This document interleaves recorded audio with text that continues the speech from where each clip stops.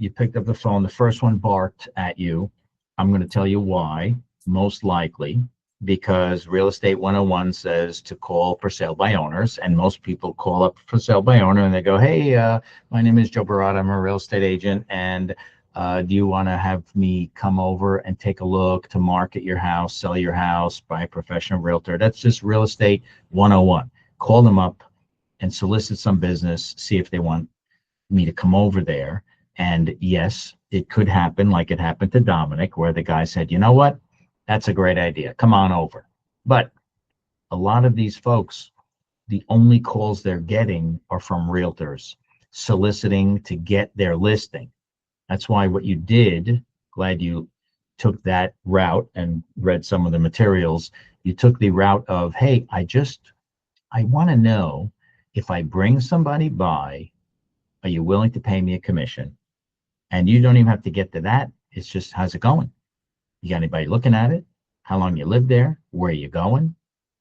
You have plans? Any bites that you might have? Have you done any open houses? How do you screen your clients? Oh, okay. Okay. So that's great. So you listen to all their stuff, and they're, I don't know how I'm screening my clients, and I'm advertising it on Zillow for sale by owner. Okay. That's really good too. But if you're really not offering a commission, if I have buyers in my office, why would I even bring them there if you're not going to pay me?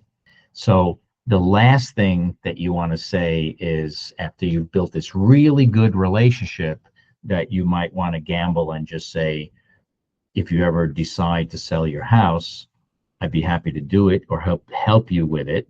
And you'd have to hire me as your agent, and we'd list it. This way it would be exclusively mine, because we're not going to take that gamble and spend a lot of money on your property and not be the only broker. And let's face it, Mr. and Mrs. Jones, if somebody had a buyer, they would have already contacted you. Or if if you had a buyer, you'd already have this thing sold. So I think you need some help. I really do. And I'm here to offer that help to you, and we could talk about it.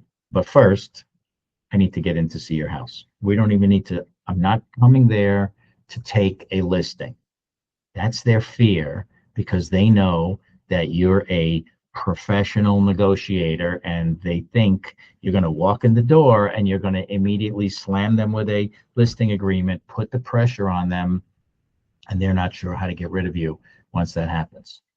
So really what's important is to get there, get in the door, talk about the house, because I want to show this to my clients. Is it okay if I video some of this? Can I take some pictures? What you said was excellent, Melissa. It's like, hey, you know what? The pictures you have are really not great pictures. Is it okay if I come in there and take better pictures? I got to show my clients that we do have in the office. I can't show them these pictures. I need a better quality picture. Is that okay? Just come on in. How much is that going to cost me? Absolutely nothing. If I sell the house, you're going to pay me a commission, right? I can't even, not even an opportunity unless I get some better pictures. Just anything to get in the door, right? That's the key.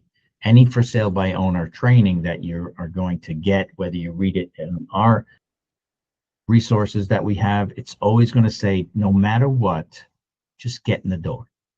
You can build rapport, build a great relationship, just get in the door.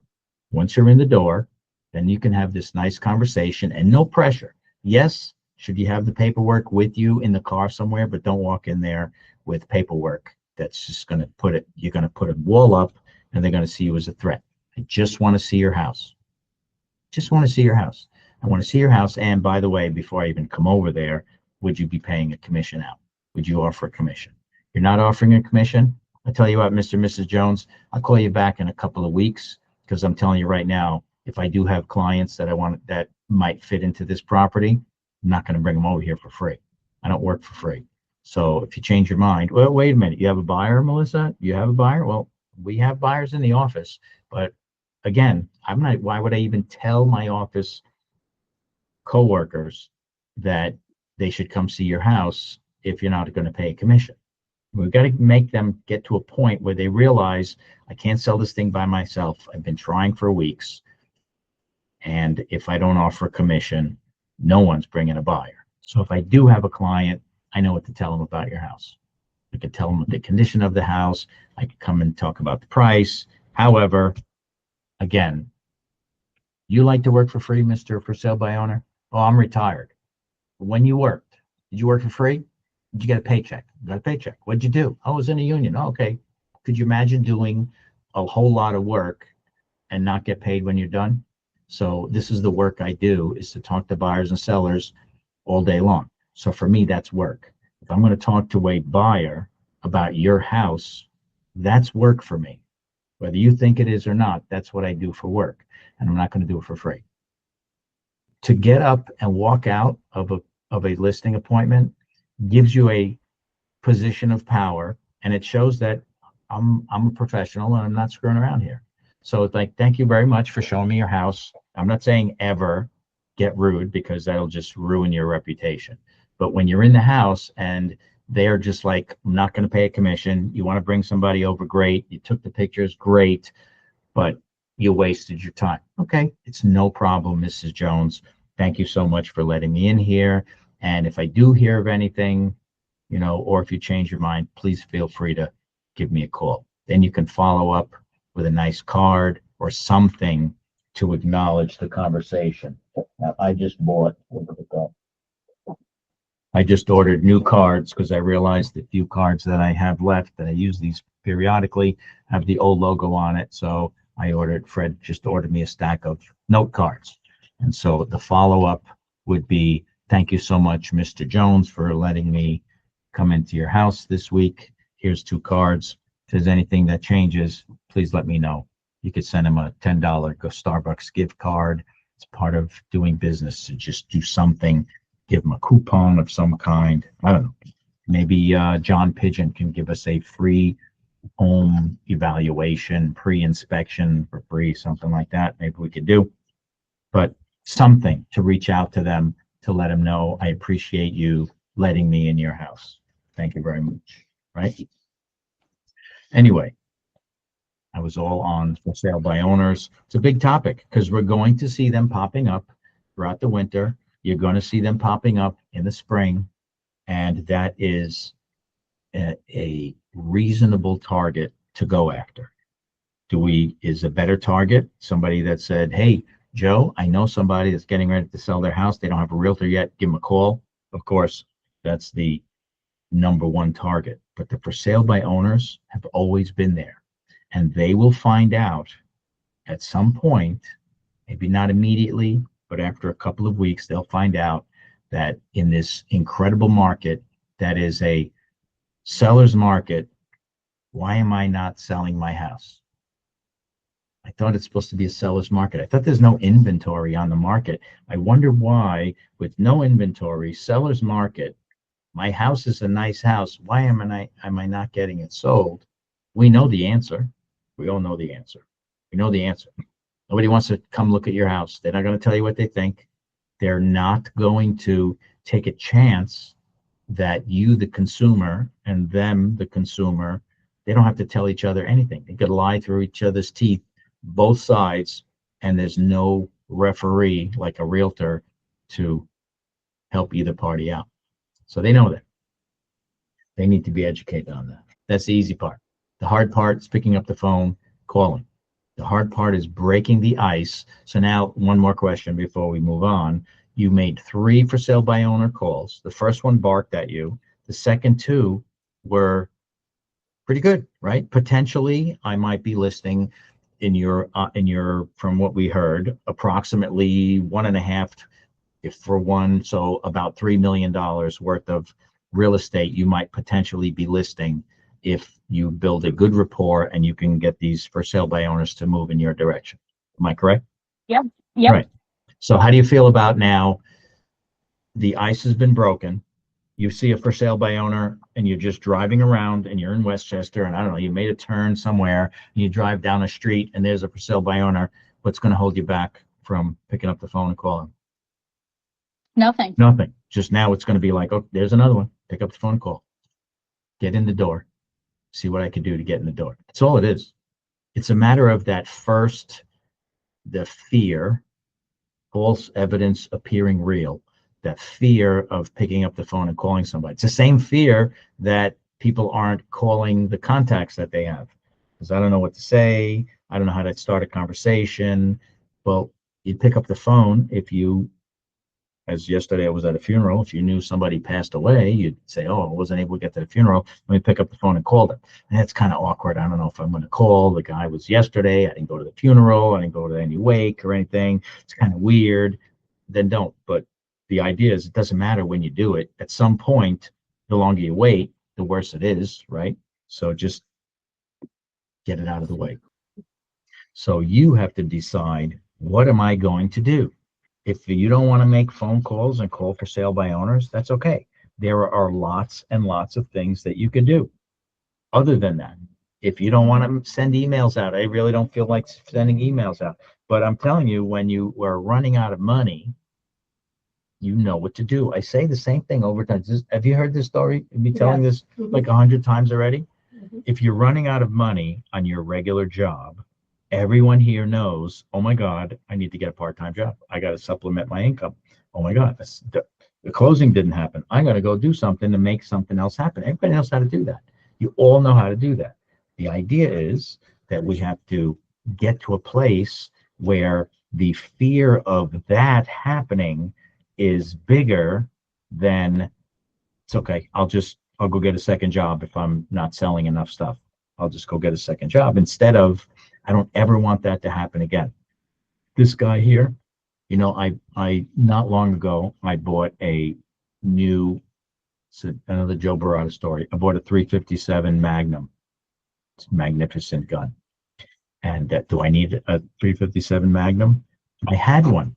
You know what happened to my old 357 Magnum? My first one that I got, that I've had for something, I don't know how many years. I had to sell it. You know why I had to sell it? My kids were little and nobody paid me on a job, and I had to buy groceries. So I sold my 357 Magnum to the gun store because I needed money for groceries. I know what it's like to be like, oh shit, I'm almost out of money. I got to go do something. I know what that's like. So now the fear of that is so great. It's still in my head, even though I don't have to be so concerned anymore. I mean, if they change the monetary system and everybody's bank account says zero, we're all fucked.